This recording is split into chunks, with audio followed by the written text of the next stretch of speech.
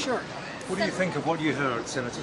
Look, here we are well into the second week, and it is still the case that the Trump administration cannot explain the reasons that we entered this war, the goals we're trying to accomplish, and the methods for doing that. The one part that seems clear is that while there is no money for 15 million Americans who lost their health care, there's $1 billion a day to spend on bombing Iran.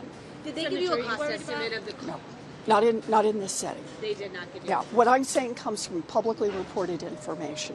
Are you worried about how long this will drag on? I'm very worried about how long this will drag on.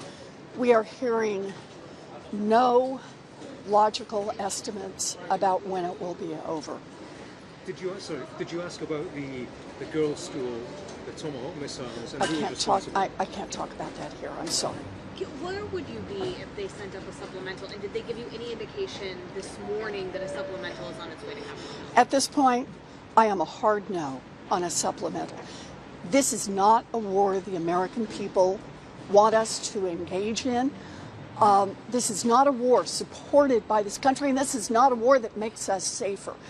For the Trump administration to say over and over, there's no money for health care, there's no money for child care, there's no time to pay attention to how families are paying more, but there's $1 billion a day to go to the Middle East and drop bombs on Iran for military purposes that no one can describe and that no one can explain how merely from dropping bombs from the air we will accomplish those ends.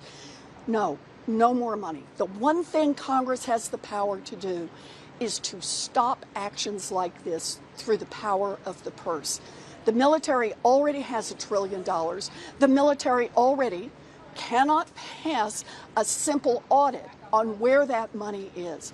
And for the Trump administration to come back and say shovel billions more into a war in Iran that is not supported by the American people and does not make us safer makes no sense at all. So I will be a no.